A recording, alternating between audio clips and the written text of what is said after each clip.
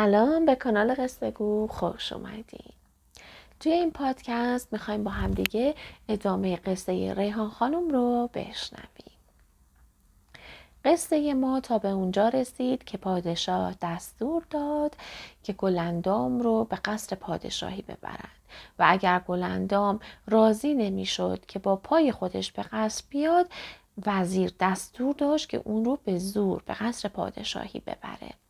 همین اتفاق هم افتاد و وزیر بینوا چاره‌ای جز اطاعت از پادشاه نداشت. گلندام رو با زور به قصر پادشاهی آورد. و حالا بشنوین ادامه ماجرا رو. یکی بود یکی نبود. گلندام دید که توی حرم خونه پادشاه پر از دختران جوان و زیباه. خیلی زود فهمید که بیشتر اونها رو به زور به اونجا آوردند، اما سکوت کرد و کاری هم غیر از سکوت ازش بر نمی اومد. اون حتی زمانی که داشت از مادرش خداحافظی میکرد به مادرش سفارش کرد که سکوت کنه و از روی عصبانیت کاری انجام نده که همیشه عصبانیت کارها رو خراب میکنه. روزها پشت سر هم سپری شدند. بعد از گذشت 1 سال گلندام صاحب پسری شد که اسم ابوالقاسم رو برای اون انتخاب کردند. پادشاه در دلش غمگین بود، چرا که نمیخواست از گلندام صاحب فرزند پسری بشه. اما پادشاه چه خوشحال بود و چه غمگین دیگه فرقی نمیکرد. ابوالقاسم نوزاد زیبایی بود که به دنیا آمده بود. اون رو از همون نوزادی به دایه سپردند و بعد از اینکه 7 ساله شد ابوالقاسم رو به مکتب فرستادند. ابوالقاسم تا 18 سالگی درس خوندن و نوشتن یاد گرفت. تمام علومی رو که در اون زمان توی مکتب خونه ها تدریس می شد همه رو بسیار عالی یاد گرفت و البته که در این زمان ورزش میکرد و بدن ورزیده‌ای هم ساخته بود. توی این مدت مهر ابوالقاسم به دل پادشاه نشسته بود و حالا دیگه پادشاه ابوالقاسم رو از فرزندان دیگرش خیلی بیشتر دوست داشت. یه روز پادشاه ابوالقاسم رو نزد خودش فراخواند و به اون گفت پسرم، حالا دیگه تو جوان دانا و برومندی هستی. وقت اون رسیده که برای خودت تشکیل خانواده بدی. من میخوام دختر وزیر رو برات خواستگاری کنم. نظرت چیه؟ ابوالقاسم قبل از اینکه اظهار نظر کنه از پدرش اجازه گرفت و پیش مادرش رفت و گفت مادر جان، پدرم به من گفت میخواد دختر وزیر رو برام خواستگاری کنه. چطوری بهش پاسخ رد بدم؟ آخه من تصمیم ندارم ازدواج کنم. گلندام گفت پاسخ رد به اون نده. بذار برات به خواستگاری دختر وزیر بره. اگر اختیار ما دست خودمون بود من هیچ وقت همسر پدرت نمی شدم. ابوالقاسم از شنیدن گفته های مادر هیچ قانع نشد. از اونجا خارج شد و راه خونه پدر بزرگش رو در پیش گرفت. وقتی به خونه گاوچرون رسید تمام ماجرا رو براش تعریف کرد و از اون پرسید پدر بزرگ تکلیف من چیه؟ من نمیخوام با دختر وزیر ازدواج کنم. گاوچرون گفت کار بسیار خوبی میکنی پسرم. پادشاهان، وزرا، درباریان، اعیان و اشراف اصولاً آدمای بدجنسی هستند. هر چقدر از این قماش افراد دوری کنی برای خودت بهتره. من با چوپان فقیری دوستم که دختر زیبایی داره.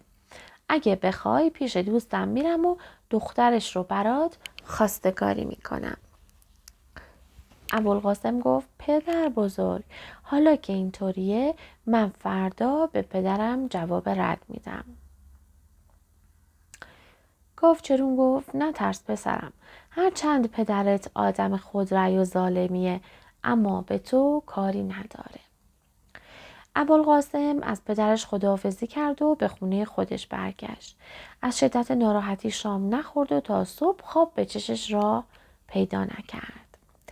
صبح زود پدرش اون رو صدا زد و گفت ابوالقاسم امروز میخوام دستور بدم ترتیب مراسم عقد و عروسی شاهانه ای رو بدن.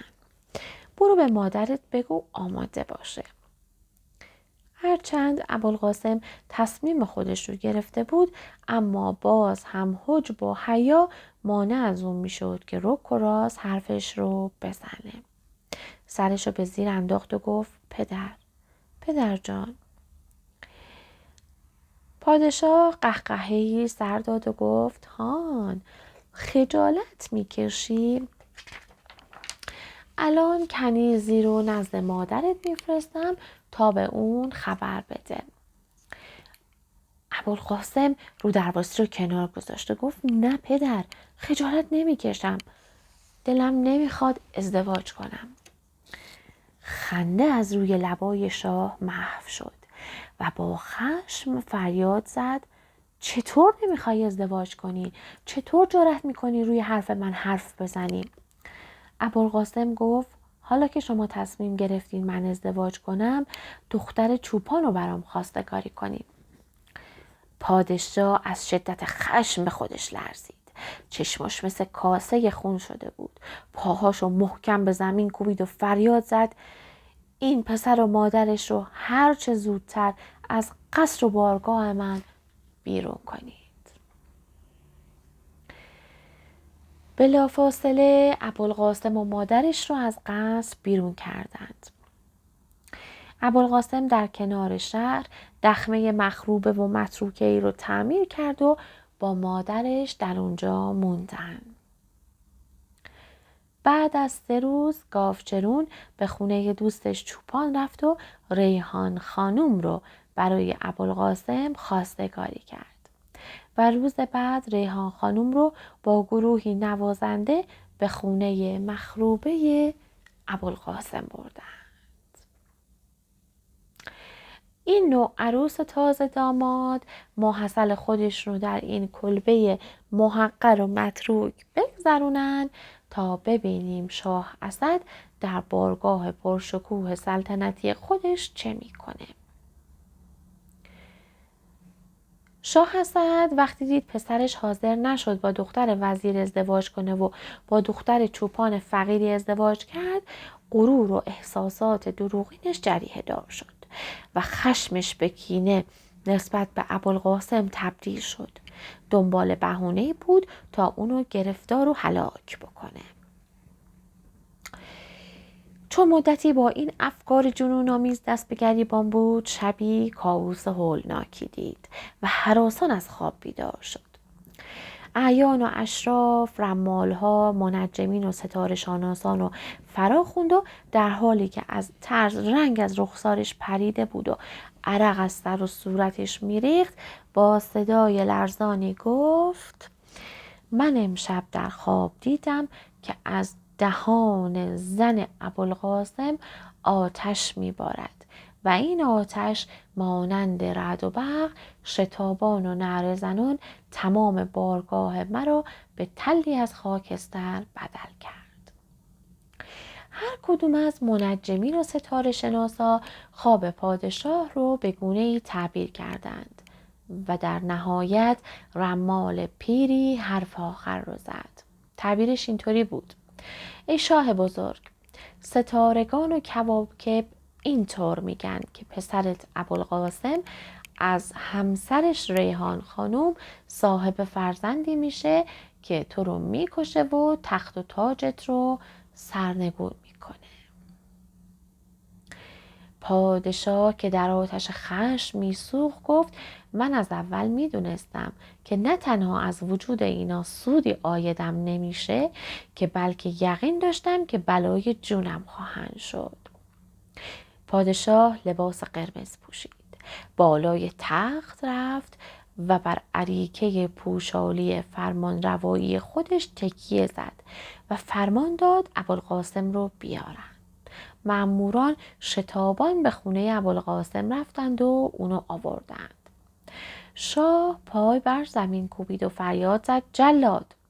جلاد فوراً حاضر شد و چون شاه رو بسیار خشمگین دید، برخلاف همیشه که دست به سینه منتظر فرمان می‌ایستاد، با صدای لرزانی گفت قبله عالم، من حاضرم هر کسی رو که امر کنید مثل جوجه گردن بزنم. شاه گفت باید سر این ابوالقاسم رو از تنش جدا کنی. ابوالقاسم گفت پدر تاجدارم، رحم داشته باش. گناه من چیه که فرمان قتلم رو صادر می‌کنی؟ شاه که خون جلوی چشماش رو گرفته بود فریاد زد گناهانت زیاده جلاد، زود باش فرمانم رو اطاعت کن. جلاد گریبان ابوالقاسم رو چسبید و میخواست سرش رو از بدنش جدا کنه. وزیر با اشاره به اون فهمون که کمی تأمل کنه و در این هنگام خودش رو روی پاهای پادشاه انداخت و ملتمسانه گفت ای پادشاه بزرگ، اگه پسرت رو بیگناه بکشی، همه پادشاهان و فرمانروایان سرزمین‌های دور و نزدیک تو رو پادشاهی بیرحم و سنگدل خواهند پنداشت. خشمت رو مهار کن، کمی فکر کن و در مورد فرمانی که صادر کردی تجدید نظر کن. اگر از پسرت بیم و هراس داری و نمیخوای آزاد باشه، اونو برای همیشه زندانی کن تا خیالت آسوده باشه.